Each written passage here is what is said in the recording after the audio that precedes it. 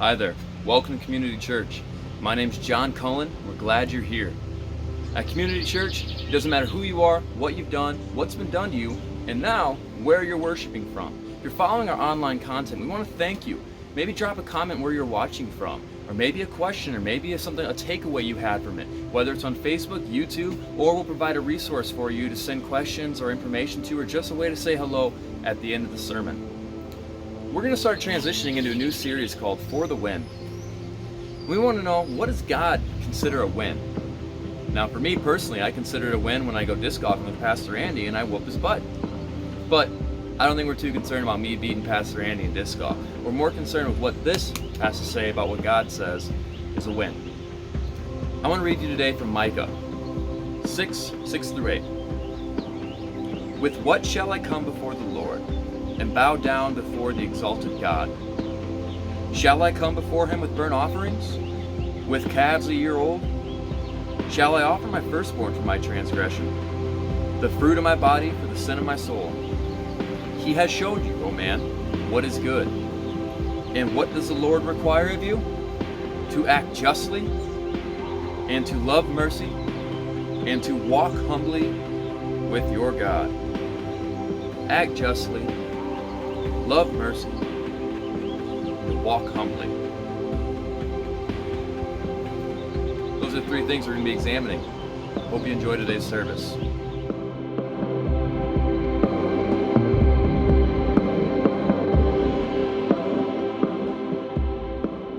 There's this term that some of us use when we accomplish a crazy feat. Like, for example, if I crush a workout, I say, for the win.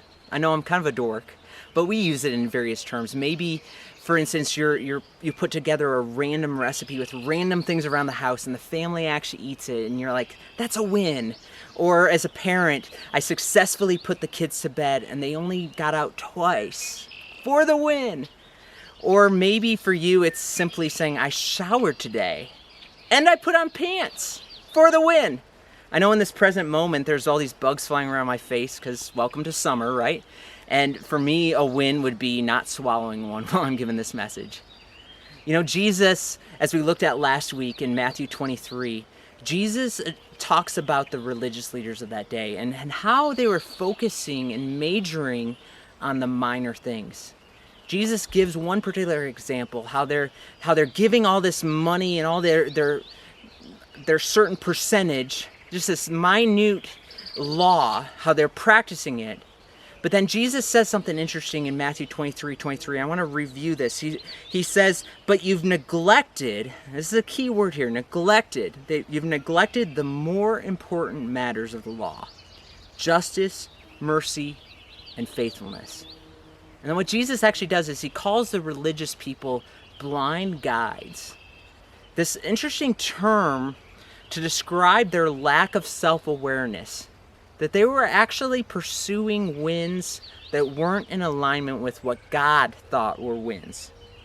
You know, we fall in the same trap as Christians, don't we? We hone in on particular things that we think make you spiritual. Maybe it's like, oh, I go to church, or I pray, or I sing songs, or I share the creepy Jesus memes on Facebook, you know, so I'm super spiritual. And we think it's a win, but God's wins, God's priorities are quite different. God's priorities are justice and mercy and faithfulness. So next week, we're going to spend some time looking at what it means to show mercy as a follower of Christ. And the following week, we're going to talk about what a faithful life looks like. But today we're going to talk about justice. Okay, I've been dying to say this all week, so will you humor me for a moment? I hope I give this sermon justice. Okay, thanks. Thanks for humoring me. But in all seriousness, this term justice has been showing up quite a bit lately, hasn't it? In fact, you've probably heard that word justice more than you've heard COVID-19 in the last week and a half. We've been talking about George Floyd and seeking justice for those who mistreated him. And even in a broader sense, we've been talking about justice for those who have been oppressed by racism in our country. And so we know as Jesus tells us that we're to practice justice. But what does that look like? But what, even more so, I hear this term justice all the time, but really, have we even defined what justice is? What does justice even mean? As I've looked it up, two different words seem to show up when it comes to justice. It talks about what is right and what is fair. And so for a person to practice justice, I think it's fair to say, sorry, no pun intended, right? That one of the ways that we can define justice is making things right and fair. So I'd like to tackle this theme of justice by looking at 3 different levels of practicing and showing justice. In order to get to level 3, you have to be able to walk through levels 1 and 2. But let's look at level 1. Level 1 is seeing the oppressed. I know that sounds kind of basic, doesn't it? You know, like, well, yeah, I got to see the oppressed. But I think the reality is it's really difficult sometimes for us to see injustices around us. There's this guy named Amos. He was a farmer, and God called him to give this message to the people of Israel. The people of Israel were living pretty comfortably at that time, and Amos gives this pronouncement of judgment on Israel's enemies, and actually goes through 7 different groups of people and casts judgment for the evil that they've been doing. And you got to imagine the Israel people hearing it, thinking, man, preach it, brother. You know, yeah, they deserve all this judgment. But in an interesting turn of events, Amos points out to the people of Israel that they too have been practicing oppression. In fact, let me give you a couple examples from the book of Amos. In Amos chapter 2, verse 6 and 7, one of the things that they were doing, it says that they sell the innocent for silver and the needy for a pair of sandals? Really? Are you serious? I mean, that's crazy, right? And it says they trample on the heads of the poor as on the dust of the ground, and deny justice to the oppressed. Then you can even jump down in Amos chapter 5, verses 10 and 11. It says that there are those who hate the one who upholds justice in court and detest the one who tells the truth. So truth-telling was no longer welcome. Then some of the other ways they oppress the poor. It says, you levy a straw tax on the poor, and you impose a tax on their grain. Therefore, though you have built some stone mansions, you will not live in them. Though you have planted lush vineyards, you will not drink their wine. What the Lord's getting at here is that the people of Israel have been living in such great comfort, in these lavish mansions and vineyards, all the while the oppressed people were right under their nose. The poor and others were being oppressed. They were not being treated fairly. And like the Israelites, I think that so often we too are guilty of not seeing, or not wanting to see, or not even wanting to admit that there's injustices going on all around us. Why is this? As I think for a lot of us, we've surrounded ourselves with people just like us, with the same problems as us. I think in so many ways also we've dehumanized others who are unlike us. You know, we've labeled them as a problem or political agenda, or we've placed this blame game on why people are the way they are. And you know, things like this issue of racism keep coming again to the surface. Let's talk about racism for a while. I know you might not think that it's a real thing. Maybe you're not affected by it, but it's a very real thing.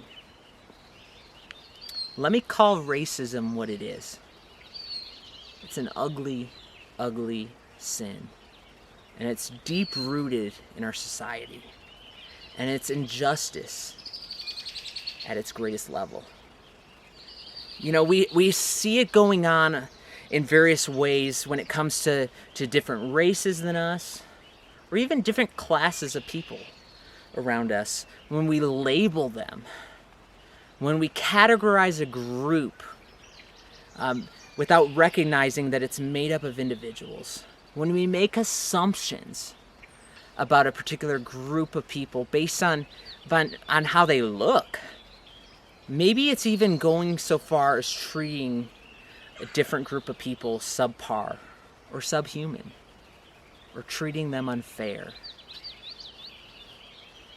If you don't think this is happening, you are part of the problem. This isn't right. In fact, in the eyes of God, each person is equal. Paul writes in Galatians chapter 3, he says, "There is neither Jew nor Gentile, neither slave nor free, nor is there male and female, for you are all one in Christ Jesus." Until we start seeing and admitting the fact where things aren't equal, things aren't fair, we can't practice justice. And so level 1 of practicing justice is seeing the oppressed. But if you want to move on to level 2, it goes beyond seeing the oppressed. And level 2 focuses on standing up for the oppressed. If you read on in Amos chapter 5, you find something pretty interesting here. Verse 12 says, "There are those who oppress the innocent and take bribes and deprive the poor of justice in the courts." Then verse 13 says, "Therefore the prudent keep quiet in such times, for the days are evil." This is interesting. The people of God, the spiritual people, were keeping quiet when all this oppression was going on. They were letting this crookedness happen. They were sitting down, sitting back, letting the other voices drown out their voice. They were neglecting, right? They weren't doing anything. Well, they actually were doing something. And I want to show you what they were doing. They were doing religious things. And I want to show you this in one of the most stunning passages of all of Scripture, where God speaks in Amos chapter 5, verse 21. And look what God says here. He says, I despise your religious festivals. Your assemblies are a stench to me. God's not being subtle here at all, is he? He says it twice. I hate. And not even that, I despise. And it's like a stench. It's this bad odor like a skunk, right? Then he says, even though you bring me burnt offerings and grain offerings, I will not accept them. Though you bring choice fellowship offerings, I will have no regard for them. You know, you think that these sacrifices are going to make me happy, God's saying? Think again. Then he goes on, verse 23, and says, away with the noise of your songs. I will not listen to the music of your harps. It's like he's covering his ears like it's nails on a chalkboard when the people of God were singing to him. They were doing religious things, right? They were practicing rituals and celebrations. They were gathering together. They were giving offerings. They were singing. Things that we would see as wins. Things that they thought were doing the right thing for God. While all the while, the people around them were being oppressed. They were neglecting and sitting around, not standing up for the oppressed. You could say these religious people were part of the problem.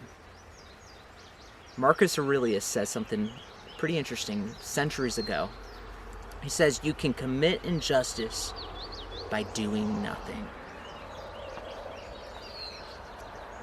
Let's just stop and think about that for a moment.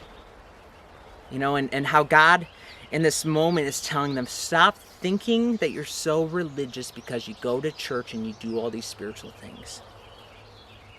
He says, again, verse 23, away with the noise of your songs. I will not listen to the music of your harps.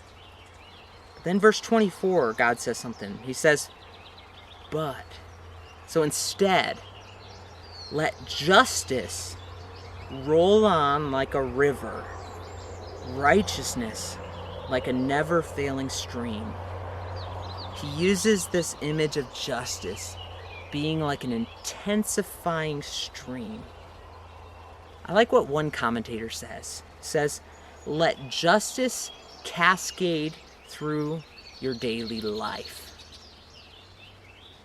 As a river brings refreshment to a dry and thirsty land, may your life be a refreshment. May you live out justice on a daily basis, that it refreshes and it brings cleansing to all the oppression and injustices around you. Stand up for the oppressed. What does that look like? That means speaking up for those who don't have a voice. Maybe it's calling out oppression when you see it and using your influence to bring about change. So practicing justice, level 1 is seeing the oppressed, and level 2 is standing up for the oppressed. But level 3 goes the next step further. It's not merely standing up for those who are oppressed, but it's even better. It's standing with the oppressed. Very few people make it to level 3 when it comes to practicing justice. This is the highest level, and this is where transformation happens. And I swallowed the bug. That wasn't a win, sorry. But few get to level 3. This level goes way beyond speaking up or showing up to a rally or holding up a sign.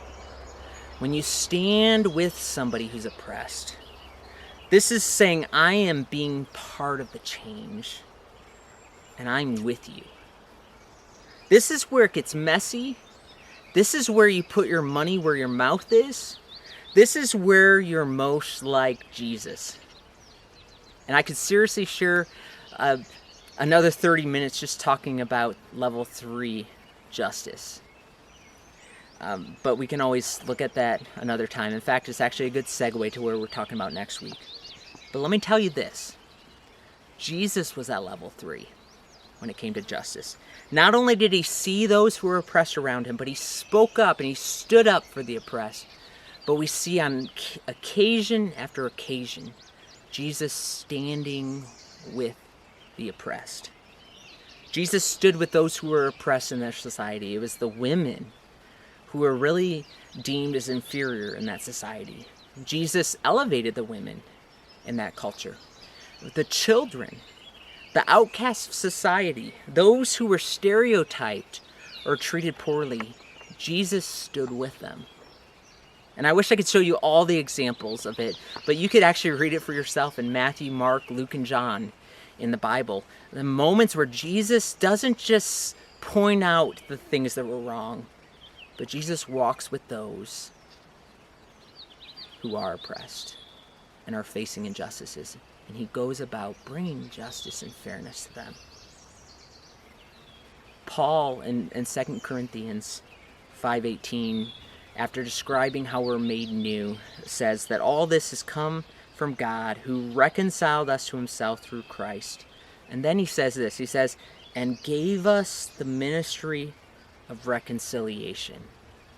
It's an incredible image that we have this task of being just like Jesus in this world around us, standing with the people who are oppressed. Let's take a moment and get really real here as we close. If you're like me, maybe you're thinking, I'm not seeing a lot of injustices taking place. I'm watching the news, and I know I felt this way just these last couple weeks. I've been watching the news, but I'm like, here I am, and for a lot of you, it's the same thing.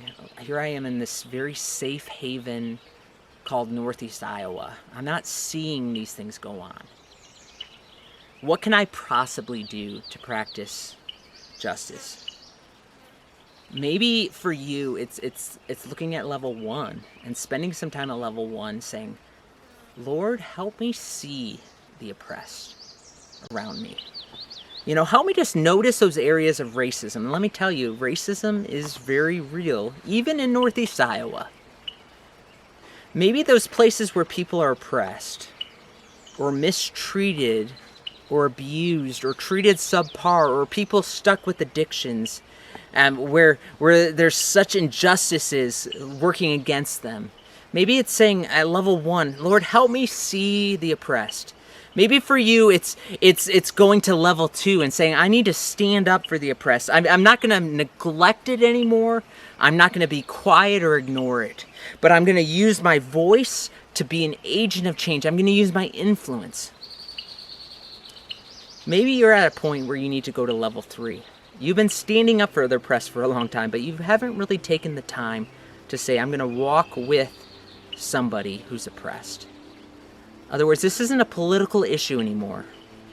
This is a very real person with a name that I can walk alongside, that I can make things right and bring fairness and help them walk through the injustice to the other side, that I can be a river, a never-failing stream. Would you pray with me? God, this is a super weighty subject, and we admit that we've politicized this issue way too much. We have been a part of the problem, God, by neglecting to notice, or even our inaction to address the injustices in our country, especially the deep-rooted and unhealthy patterns of racism. God, give us your heart. Jesus, make us like you. Bring about significant societal change, Lord, in our nation and in our churches. May we be about accomplishing not our wins, not our priorities, but accomplishing what you view as a win. Justice, mercy, and faithfulness. We pray this in Jesus' name. Amen. Hey, thanks for watching. We'd love to hear from you. We'll provide an email link for you, hello@fayette.church. If you have any comments or questions, or we'd just like to hear from you, go to that and send your message to that, and you have a prompt response. We're going to be looking into getting into normalcy, like we keep saying, and one of the things we can do is the on-site community groups. That's where you're able to watch these sermons with small groups of people from the church. This is a great way to get to know people, as well as get back to interacting with people again as we work our way towards getting back to normal. So go and check out the resources on our website and see what other resources we have maybe that you're interested in. Thank you, we're glad you're here, and look forward to seeing you next week. Bye.